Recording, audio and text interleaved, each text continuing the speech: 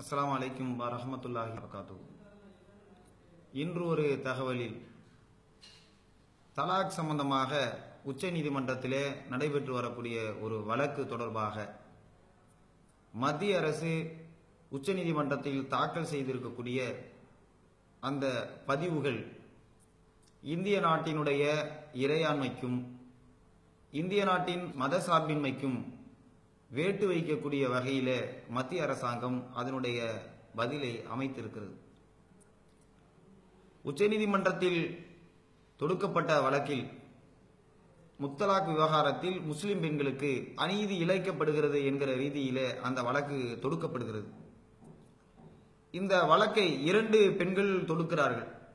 இந்த வழக்கு சம்பந்தமாக உச்சநீதிமன்றம் விசாரித்து வரக்கூடிய இந்த நிலையில்தான் மத்திய அரசாங்கத்திட இது ஒரு மத ரீதியான விவகாரமாக இருக்கிற காரணத்தினால் இதில் மத்திய அரசாங்கத்தினுடைய கருத்து என்ன, இதுல உச்ச நீதிமன்றம் தலையிடலாமா என்கிற ரீதியில கருத்து கேட்கிறது.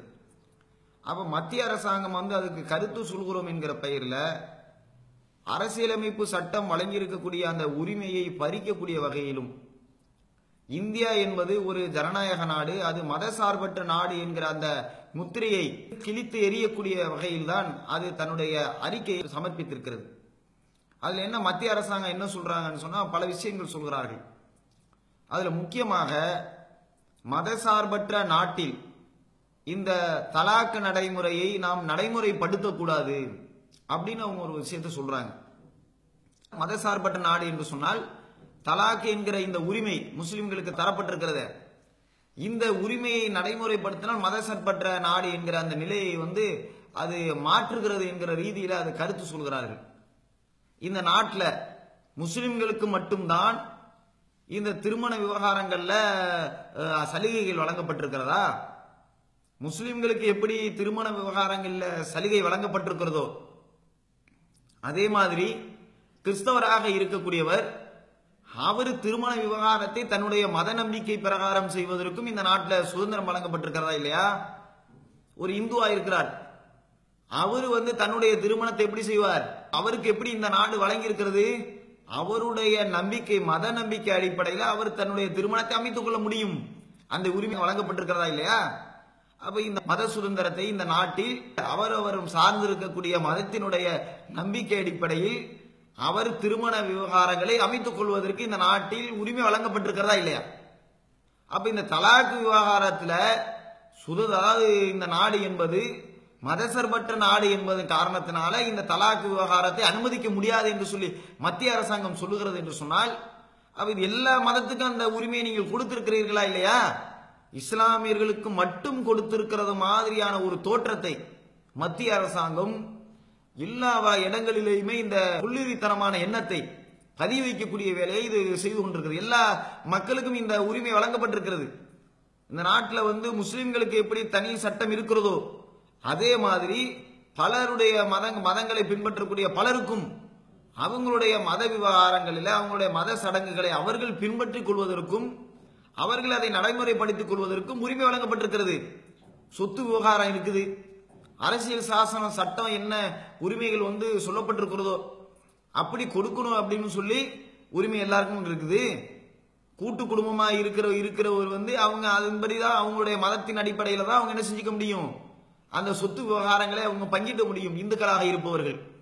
அது மாதிரி ஒவ்வொருத்தவங்களுக்கும் ஒரு உரிமையை இந்த நாட்டினுடைய மதசார்பற்ற நாட்டில் அவங்களுக்கு வழங்கப்பட்டிருக்கிறது. சொத்து விவகாரங்கள்ல வழங்கப்பட்டிருக்கிறது, திருமணம் செய்யக்கூடிய முறையில வழங்கப்பட்டிருக்கிறது, திருமண விவகாரத்து முறையில வழங்கப்பட்டிருக்கிறது. இப்படி இந்த நாட்டில் இந்த 3 விஷயத்தை தவிர மற்ற எல்லா விஷயங்களிலுமே எந்த மதத்தினராக இருந்தாலும் எல்லோரும் ஒரே விதமான சட்டத்தை பின்பற்றக்கூடியவர்களாக இருக்கிறார்கள். இந்த 3 விஷயத்துல மட்டும்தான் அவங்களுக்கு சுதந்திரத்தை இந்த அரசாங்கம் இந்த நாடு வழங்கி இருக்கிறது. மதசார்பற்ற நாடு என்பதை காட்டுவதற்காக வேண்டி வழங்கப்பட்டிருக்கக்கூடிய ஒரு உரிமை இது. இந்த உரிமையை மத்திய அரசாங்கம் என்ன சொல்கிறது? மதசார்பற்ற நாட்டில் தலாக் விவகாரங்களை நடைமுறைப்படுத்துவதற்கு அனுமதிக்க கூடாது. அப்ப அனுமதிச்சாதானே இது மதசார்பற்ற நாடாக இருக்கும். அதை அனுமதிக்க முடியாது என்று சொன்னால் இது மதசார்பற்ற நாடு என்கிற அந்தஸ்தை இழந்துருமா இல்லையா? அப்ப இந்த மாதிரியான விஷயத்தை மத்திய அரசாங்கம் செய்கிறது. இது மட்டுமல்ல, மத்திய அரசாங்கத்தை பொறுத்த வரைக்கும் மத விவகாரங்களில், அதுவும் குறிப்பாக இஸ்லாமியர்களுடைய மத விவகாரங்களில் தலையிட்டு அதுல ஏதோ ஒரு தவறான விஷயம் இருப்பது மாதிரியான கருத்தை இந்த சமூகத்தில் விதைப்பதுதான் அந்த பிஜேபியுடைய வேலையாக இருந்து கொண்டிருக்கிறது. அவங்க மக்களுக்கு நல்லது செய்யணுங்கிற ஒரு நோக்கமே அவங்களுக்கு கிடையாது. எதை செய்யக்கூடாதோ அதை முன்னின்று செய்வார்கள். எது இந்த நாட்டு மக்களுக்கு பயனளிக்குமோ, எது இந்த மக்களுக்கு நன்மை தரக்கூடியதாக இருக்கிறதோ, எது இந்த சமூகங்கள் எல்லாம் பின்பற்றத்தக்கக்கூடிய ஒரு நடைமுறையாக இருக்கிறதோ அதை தப்பு மாதிரி ஜோடிச்சு சமூகத்தில் பிரச்சாரம் செய்வார்கள். இப்ப பாருங்களேன், அந்த தலாக் விவகாரத்துல முத்தலாக் முறை என்பது பெண்களை அடிமைப்படுத்தக்கூடிய வகையில இருக்குது. இருபாலருக்கான சமத்துவத்தை இது போதிக்கவில்லை. அதை என்ன சொல்ல வராங்க, இந்த முத்தலாக் முறை என்பதனால பெண்களுக்கான உரிமைகள் பறிக்கப்படுது, பெண்கள் அவங்களுடைய உரிமைகளை இழக்கிறாங்க அப்படிங்கிற ஒரு கருத்தை பிஜேபியுடைய அரசாங்கம், இந்த மத்திய அரசாங்கம் இருக்கிறத அவங்க இந்த கருத்தை வைக்கிறாங்க. இஸ்லாமிய மார்க்கத்தின் அடிப்படையில் நீ சொல்லக்கூடிய இந்த முத்தலாக்கு என்பது இந்த மார்க்கம் சொல்லி தந்திருக்கிறதா? தலாக்கு என்று சொல்லி ஒரே நேரத்தில் 3 தலாக்கு விடுவதாக நீ சொல்கிறாயே, இப்படி இஸ்லாம் காட்டி தந்திருக்கிறதா? இஸ்லாத்துல சொல்லப்பட்டிருக்குன்னு சொல்லி நீ குர்ஆன் எடுத்து காட்டு. நபிகள் நாயகம் ஸல்லல்லாஹு அலைஹி வஸல்லம் அவர்களுடைய நடைமுறையில அதான் இஸ்லாம், அதுல இப்படி முத்தலாக் ஆதரிக்கப்பட்டிருக்கிறது, இஸ்லாத்துல சொல்லப்பட்டிருக்கிறது என்று சொல்லி இந்த மத்திய அரசாங்கம் காட்ட முடியுமா? இந்த பிஜேபி வகராக்கள் காட்ட முடியுமா? இதெல்லாம் காட்ட இஸ்லாத்துல இல்லாத ஒன்றை தான் மத்திய அரசாங்கம் இஸ்லாத்துல இருக்கிறது மாதிரி காட்டுது. இஸ்லாத்துல இந்த தலாக்கு நடைமுறை எப்படி சொல்லப்பட்டிருக்கிறது? இந்த தலாக்கு நடைமுறை தான் பெண்களுக்கு பாதுகாப்பை ஏற்படுத்தி தருகிறது. இஸ்லாம் சொல்லக்கூடிய தலாக்கு நடைமுறை, இஸ்லாம் சொல்லக்கூடிய இந்த தலாக்கு நடைமுறை தான் பெண்களுக்கு கண்ணியத்தை ஏற்படுத்துகிறது, பெண்களுக்கு சிறப்பையும் அவர்களுக்கு அந்தஸ்தையும் ஏற்படுத்துகிறது. எப்படி? ஒரு தலாக் சொல்ல வேண்டும் என்று சொன்னால் அவர் ஒரு பெண்ணை பிடிக்கலையா, அவர் தலாக் சொல்லிடுறாரு. அதுக்கு ஒரு குறிப்பிட்ட காலக்கெடுவை இஸ்லாம் நிர்ணயிக்கிறது. 3 மாதம் நீ அதுக்கான தலாக்குக்கான காலமாக நிர்ணயிக்கிறது. 3 மாசத்திற்குள்ளர அவர் மீண்டும் அந்த பெண்ணோடு அவர் இணைந்து வாழ்வதற்கு முற்பட்டார் என்று சொன்னால் அந்த தலாக்கு செல்லாது, அவர் குடும்பம் நடத்தலாம். அப்படி இது போன்று ஒரு 3 முறை என்ன செய்கிறது இஸ்லாம், இந்த வாய்ப்பை தருகிறது. நீ தலாக்கு சொல்றிய, நீ ஒரு கோபத்தில் கூட தலாக்கு சொல்லலாம். அப்படி சொல்லக்கூடிய ஒரு தலாக்காக இருந்தாலும் கணவன் மனைவி என்கிற அந்த பந்தம் அருந்து விடாது. ஒரே தலாக்கு முடிந்த உடனே அது அருந்து விடாது. அதுக்கு ஒரு குறிப்பிட்ட காலத்தை அது நிர்ணயிக்கிறது, 3 மாத காலம். இந்த காலத்து வரைக்கும் நீ இந்த மனைவியோடு நீ கூடாமல் இருந்து விட்டால், தலாக்கு என்பதிலே நீ நிலையாக இருந்து விட்டால் அது செல்லும். அதுக்குள்ளர நீ உனக்கு அந்த மனைவி தேவைப்படுகிறாள், அல்லது நம்ம தேவையில்லாத ஒரு காரணத்திற்காக வேண்டி வெறுத்துட்டோம் அப்படி நீ நினைச்சின்னு சொன்ன திரும்பி நீ சேர்ந்து கொள்ளலாம். அடுத்து உனக்கு மீண்டும் அவங்களோட நீங்க குடும்பம் நடத்தலாம், கணவன் மனைவியாக நீங்கள் இணைந்து வாழலாம். இது எவ்வளவு பெரிய ஒரு தேவையான ஒரு சட்டம் இந்த நாட்டுக்கு. பெண்களுக்கு பாதுகாப்பை ஏற்படுத்தக்கூடிய ஒரு வழிமுறையை செலுத்துறதா இல்லையா? நீதிபதி கூட ஒரு தீர்ப்பு எழுதிட்டு போயிடுவார், ஆனா திரும்பி மறுபடியும் அவங்க 2 பேரும் இணைஞ்சு வாழ நினைச்சா வாழ முடியாது. ஆனா இஸ்லாம் என்ன சொல்லுது, ஒரு குறிப்பிட்ட நேரத்துக்கு ஒரு காலத்தை தருகிறது. இந்த காலத்திற்குள்ள நீ முடிவை மாற்றிக்கொண்டால் நீங்கள் அவர்களோடு இணைந்து வாழலாம். அப்படி சொல்லி தரக்கூடிய ஒரு மார்க்கம். இதுல பெண்களுக்கான பாதுகாப்பு இருக்குதா இல்லையா? பெண்களுக்கான சுதந்திரம் இங்க பேணப்படுதா இல்லையா? ஒருத்தர் நினைச்ச நேரத்துக்கெல்லாம் தலாக்குன்னு சொல்லிட்டுலாம் போக முடியாது, அப்படி இஸ்லாத்துல சொல்லப்படவே இல்லை. ஆனால் மத்திய அரசாங்கம் என்ன சொல்லுது, அனுமதியில் இருக்கிறது மாதிரியான ஒரு செட்டப்பை கொண்டு போய் வச்சு அதில் இல்லாத ஒன்றை இருக்கிறது மாதிரி ஒரு விஷயத்தை மத்திய அரசாங்கம் ஜோடிக்க பார்க்கிறது. அடுத்து என்ன செய்யறாங்க, அது பெண்கள் இருபாலருக்கான சமத்துவம் அங்க பேணப்படல, பெண்களை அடிமைப்படுத்துற மாதிரி இருக்குது அப்படிங்குது. அப்படி இந்த மார்க்கம் சொல்லி தந்திருக்கிறதா? அப்படி இந்த மார்க்கத்தில் நீ எங்கேயாவது ஒரு இடத்துல காட்ட முடியுமா இஸ்லாம் பெண்களை அடிமைப்படுத்துதுன்னு சொல்லி? இஸ்லாம் தந்திருக்கக்கூடிய பெண்களுக்கான உரிமை மாதிரி உலகத்துல எந்த ஒரு சித்தாந்தமும் கொள்கையும் வழங்கவே இல்லையே. நபிகள் நாயகம் ஸல்லல்லாஹு அலைஹி வஸல்லம் அவருடைய காலத்திலே இப்படிப்பட்ட ஒரு பெண்களுக்கான உரிமை வழங்கப்பட்ட மார்க்கம் இஸ்லாமிய மார்க்கம். இன்னைக்கு திருமண முறை இருக்கிறது.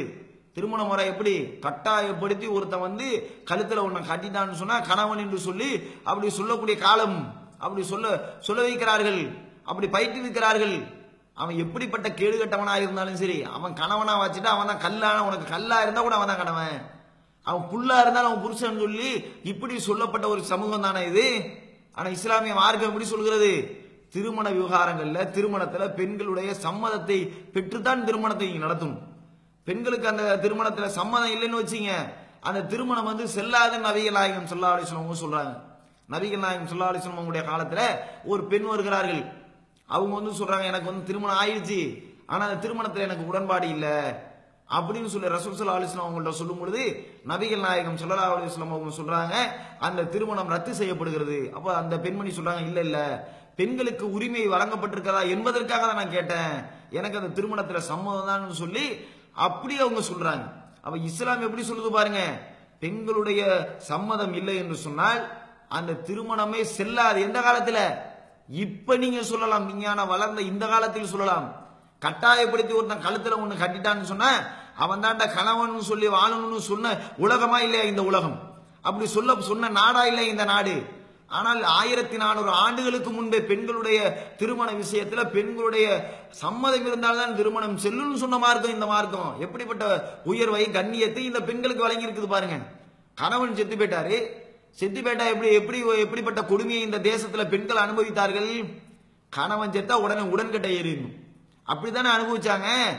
இஸ்லாமிய மார்க்கம் அந்த மாதிரி உடன்கட்ட விஷயம் சொல்லி தந்திருக்குதா?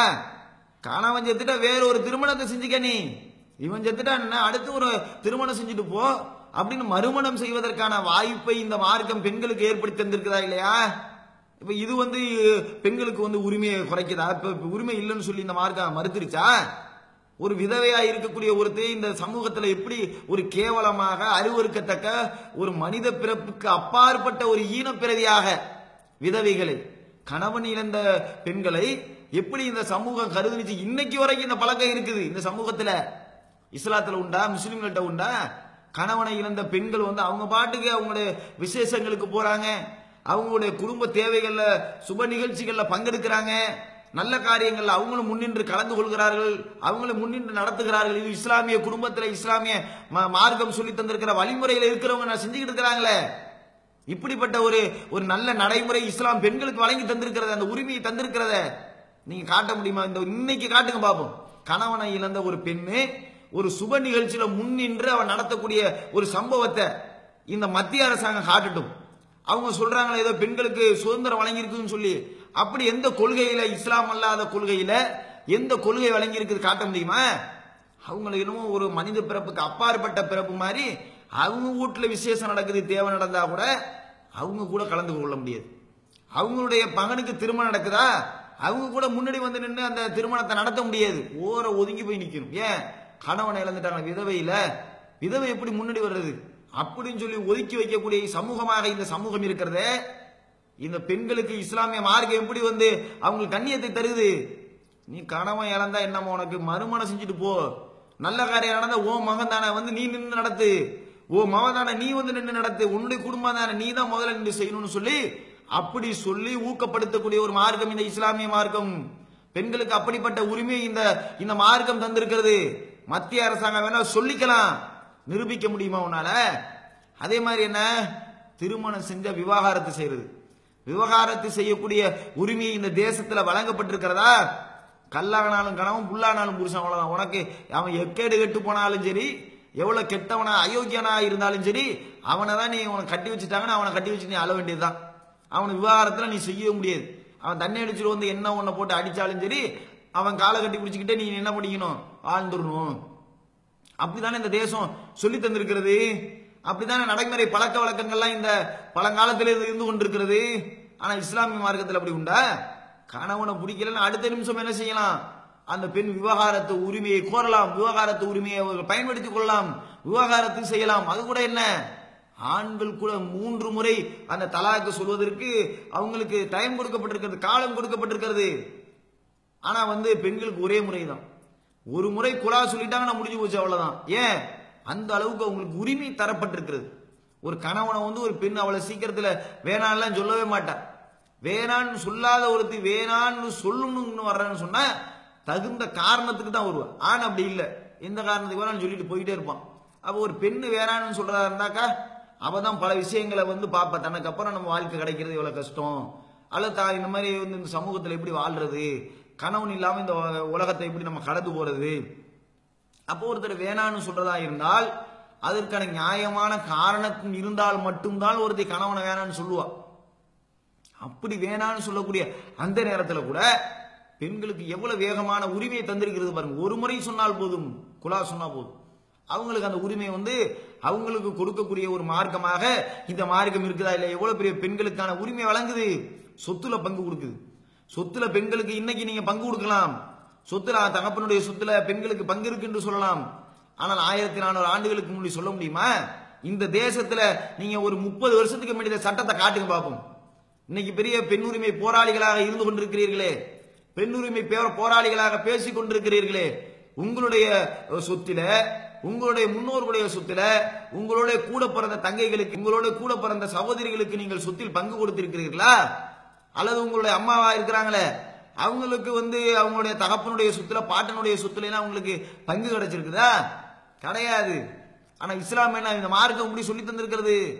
பெண்களுடைய சொத்தில் பங்கு இருக்கு. யாருடைய சொத்துல? தகப்பனுடைய சொத்தில் பெண்களுக்கு பங்கு இருக்கிறது அப்படின்னு சொல்லி அவங்களுக்கான அந்த உரிமையை இந்த மார்க்கம் எந்த அளவிற்கு தந்திருக்கிறது பாருங்க. அப்ப இப்படிப்பட்ட ஒரு அழகான மார்க்கத்தை ஒரு தப்பான மார்க்கம் மாதிரி சித்தரிக்கக்கூடிய ஒரு வேலையை இந்த மத்திய அரசாங்கம் கையில் எடுத்து செய்திருக்கிறது. அதே மாதிரி என்ன, இந்த மத விவகாரத்தில் மத்திய அரசாங்கம் தலையிடுவதாக இருந்தால் அதற்கான சரியத் கவுன்சில் இருக்குல்ல, அதுல தானே கேட்கணும். ஒரு மதத்துக்கான ஒரு சட்டத்தை சொல்றதா இருந்தால் இந்த நாடு என்பது மதசார்பற்ற நாடு. அப்ப மதசார்பற்ற நாட்டில் ஒரு மத விவகாரங்கள்ல அந்த சட்டம் சொல்வதாக இருந்தால் அந்த மதத்தை சார்ந்தவர்களும் அதை தீர்மானிக்கணும். அப்ப யார்கிட்ட கேட்டு நீங்க இந்த சட்டம் தப்புன்னு நீங்க முடிவெடுத்தீங்க? சரியத் கவுன்சில் சொல்கிறது நீங்கள் சொல்லக்கூடிய இந்த விஷயம் என்பதெல்லாம் கிடையாது. இஸ்லாமிய மார்க்கம் அப்படி சொல்லி தரல, இதுல பெண்களுக்கு பாதுகாப்பு இருக்குன்னு சொல்லி சரியத் கவுன்சில் சொல்கிறது. அப்ப யாரிடத்திலும் அது சம்பந்தப்பட்ட அந்த மதத்தை சம்பந்தப்பட்டவரிடத்தில் யாரிடத்திலும் எந்த கருத்துமே கேட்காமல் சுயமாக ஒரு கருத்தை சொல்லி இதை நீங்கள் பின்பற்ற வேண்டும் என்று சொன்னால் மத சார்புடைய, அதாவது எந்த மதமும் இங்க பின்பற்றுவதற்கு கிடையாது என்கிற ஒரு சட்டம் இருக்கிறதே, அப்பதான் நீ சொல்றதெல்லாம் செல்லும். யாரு வேணாலும் அவர்களுடைய மதத்தை பின்பற்றலாம் சொல்லக்கூடிய அரசியலமைப்பு சட்டம் தந்திருக்கிற உரிமை, இன்றைக்கு வழங்கப்பட்டிருக்கிற உரிமை இருக்கிற பொழுது நீங்கள் அந்த உரிமைக்கு மீறி ஒரு விஷயத்தை நீங்கள் கையில் எடுத்து மத்திய அரசாங்கம் செய்கிறது என்று சொன்னால் இது கண்டிப்பாக மத துவேஷ கருத்தை தான் இந்த உச்ச நீதிமன்றத்தில் மத்திய அரசாங்கம் பதிவு செய்திருக்கிறது என்பதை நாம் புரிந்து கொள்ள வேண்டும். இன்னைக்கு பலரும் திருமணம் செய்யறாங்க, அவங்களுடைய மத விவகார அடிப்படையில் தான் திருமணம் செஞ்சிட்டு இருக்காங்க. இப்போ ஒருத்தர் இந்து மதத்தில் திருமணம் செய்யறாருன்னா அவர் அம்மி மிதிக்கணும், அருந்ததி பார்க்கணும், அதே மாதிரி மத சடங்குகள்லாம் இருந்தால் மட்டும்தான் திருமணம் செல்லுபடியாகும். அப்ப அந்த இதுல உரிமை தந்திருக்கிற மாதிரி தான் இஸ்லாமிய மார்க்கத்தினுடைய இந்த திருமணத்திலும் இந்த உரிமை தந்திருக்கிறது. என்னமோ இவங்களுக்கு மட்டும் ஸ்பெஷலா கொடுத்தது மாதிரியும், மற்றவங்க எல்லாம் என்னமோ சட்டத்தில் உள்ளதை ஃபாலோ பண்ணிட்டு இருக்கிற மாதிரியும், முஸ்லிம்கள் மட்டும் சட்டத்திற்கு புறம்பா ஃபாலோ பண்ற மாதிரியும் மத்திய அரசாங்கம் கருத்து சொல்ல முற்படுகிறது. இப்படிப்பட்ட கருத்து இந்திய ஜனநாயக நாட்டிற்கு எதிரான ஒரு கருத்து, இந்திய தேசிய ஒற்றுமைக்கு எதிரான ஒரு கருத்து, அரசியல் அமைப்பு சாசனம் தந்திருக்கிற அந்த மத உரிமைக்கு எதிரான ஒரு கருத்து, இந்தியா ஒரு ஜனநாயக நாடு, மதசார்பற்ற நாடு என்று சொல்லக்கூடிய அந்த மதசார்பற்ற தன்மைக்கு எதிரான ஒரு கருத்தை மத்திய அரசாங்கம் உச்ச நீதிமன்றத்தில் இன்றைக்கு அமுல்படுத்தி இருக்கிறது. உச்ச நீதிமன்றத்தில் அமுல்படுத்தி இருக்கக்கூடிய இந்த கருத்து என்பது இஸ்லாமிய நடைமுறைக்கு எதிரான கருத்து. இஸ்லாம் ஒரு காலத்திலும் முத்தலாக் முறையை அமுல்படுத்தவோ நடைமுறைப்படுத்தவோ கற்றுத்தரவில்லை என்பதை இன்றைய தகவலில் நாம் பதிவு செய்து முடிக்கிறோம். மத்திய அரசாங்கம் சொல்லக்கூடிய இந்த செயல் என்பது வன்மையாக கண்டிக்கத்தக்கது என்பதையும் நாம் பதிவு செய்து முடிக்கிறோம். அஸ்ஸலாமு